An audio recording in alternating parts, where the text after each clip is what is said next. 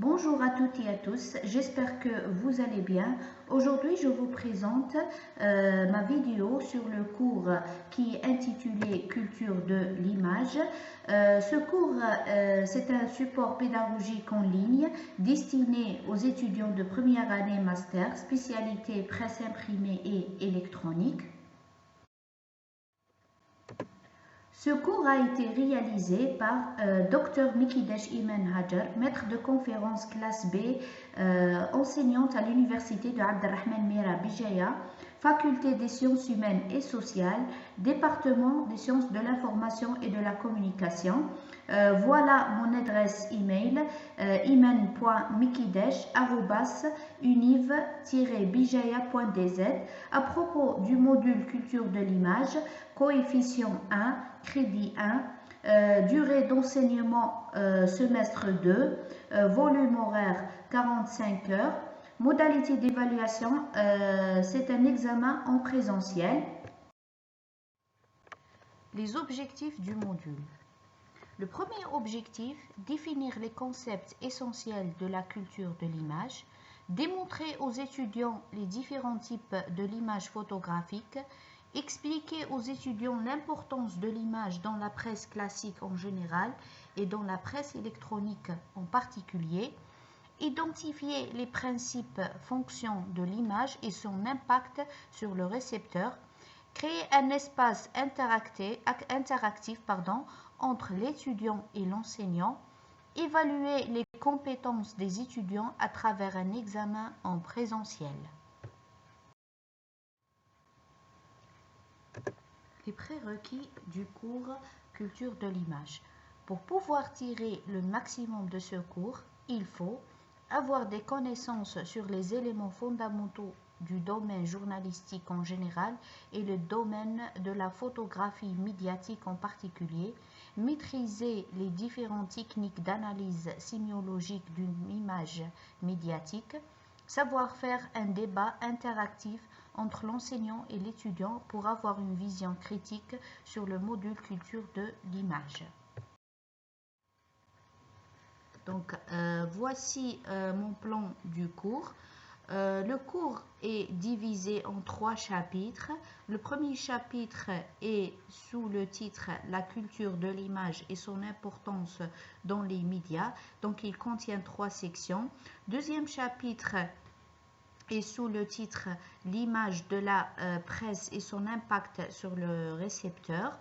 Et le troisième chapitre est le dernier, le langage de l'image et son idéologie sémiologique. Donc, on doit baser sur les techniques d'analyse dans le domaine de la sémiologie.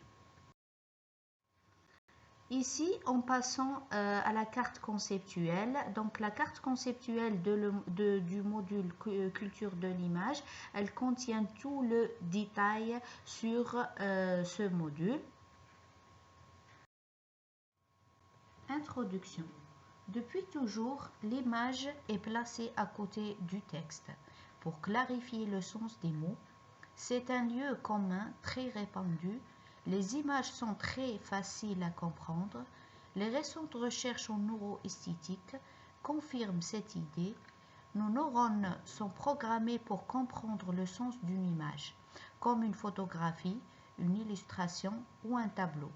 Cependant, les images ne sont pas aussi transparentes qu'on le croit. On peut mal comprendre une image. Beaucoup de nos codes culturels sont inscrits dans leurs traits et leurs couleurs. Ces codes influencent largement la complexité du message de l'image.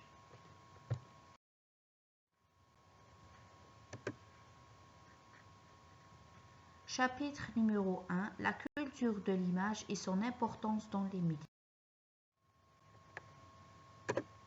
La définition de l'image et la culture de l'image. Donc, avant de définir la culture de l'image, il faut tout d'abord définir le concept culture. La culture, c'est un nom féminin, ensemble des comportements, des mythes ou des représentations collectives qui sont produits et diffusés massivement par les médias comme la presse, la radio et la télévision. L'image, maintenant on passe à la définition du concept d'image. L'image dans le dictionnaire Larousse, c'est un nom féminin latin imago inis.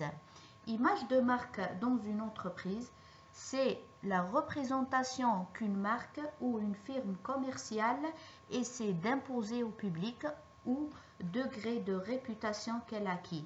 Effectivement, manière dont une personnalité ou une collectivité est le plus couramment jugée dans l'opinion publique. Maintenant, on va définir la culture de l'image.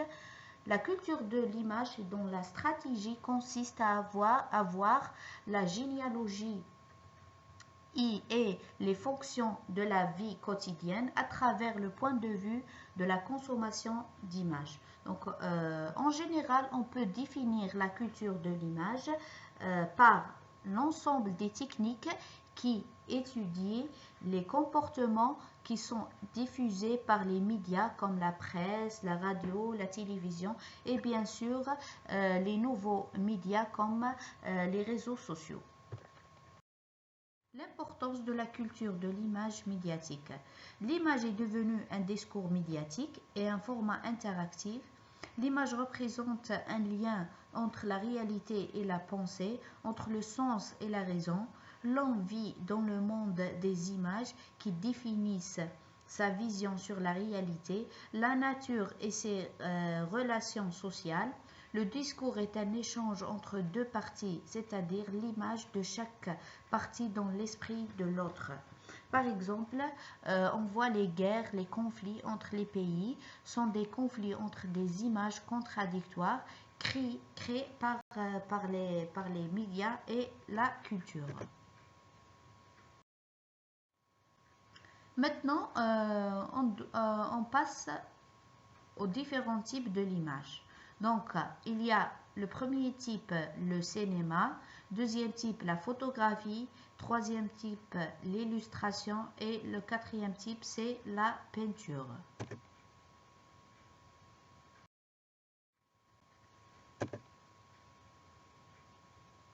Chapitre numéro 2, l'image de la presse et son impact sur le récepteur.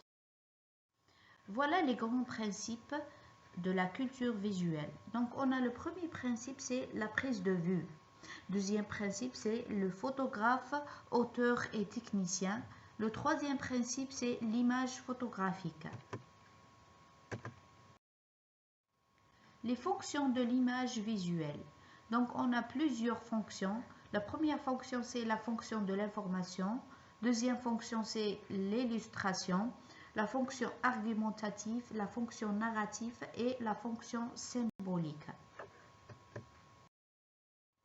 Chapitre numéro 3, le langage de l'image et de méthodologie sémiologique.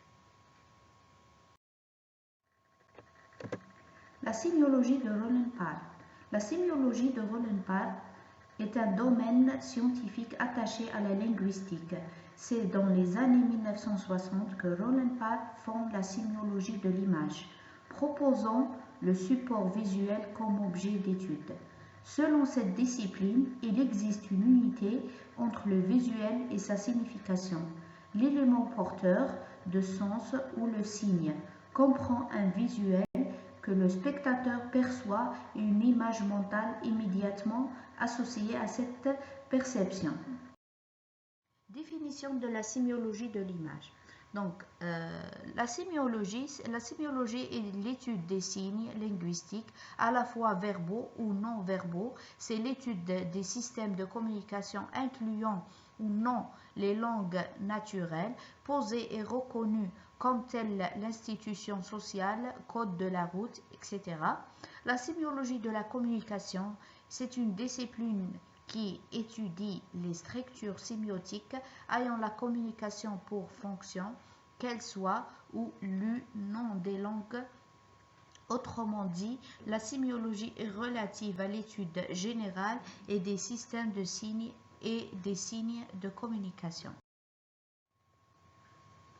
La méthodologie de la sémiologie de l'image. La première étape, c'est la description de l'image.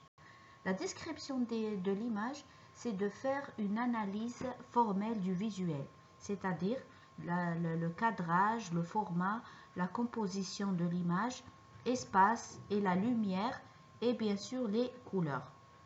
Deuxième étape, c'est la mise en contexte. C'est contextualiser le support visuel au niveau artistique et technique. Troisième étape, c'est l'interprétation et critique. Interpréter la signification du visuel dans son contexte. La culture de l'image à l'ère de la mondialisation.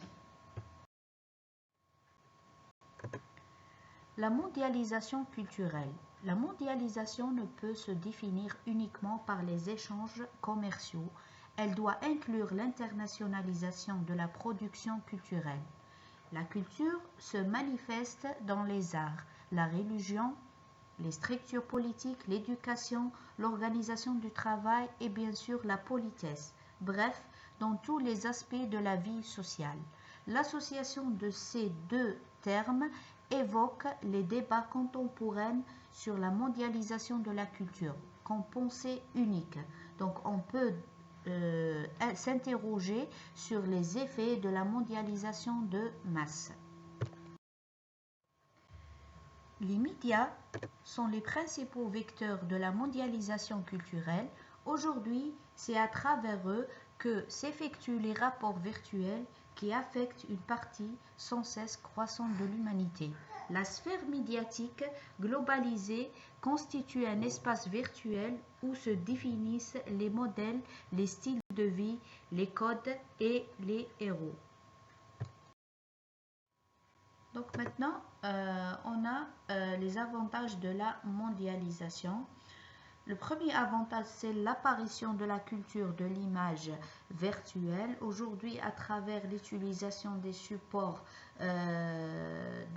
digitaux, on trouve l'apparition de ce type d'image, c'est l'image virtuelle. Le développement dans tous les domaines, on a le domaine économique, culturel, social et technologique à travers cette mondialisation, la concurrence entre les entreprises médiatiques, l'apparition de la culture des nouveaux médias, et l'accès à des contenus du journalisme digital. Maintenant, on passe aux inconvénients de la mondialisation. Donc, on a plusieurs inconvénients. Le premier inconvénient, c'est la disparition de la créativité. Deuxième inconvénient, c'est la domination de la culture de désinformation, ce qu'on appelle les fake news. Troisième inconvénient, c'est la domination de la culture étrangère. Et le dernier inconvénient, c'est l'envahissement de la publicité face aux images médiatiques. Et voilà la liste bibliographique pour les étudiants qui sont intéressés de ce module. Et à la fin, je vous remercie pour votre attention. Merci beaucoup.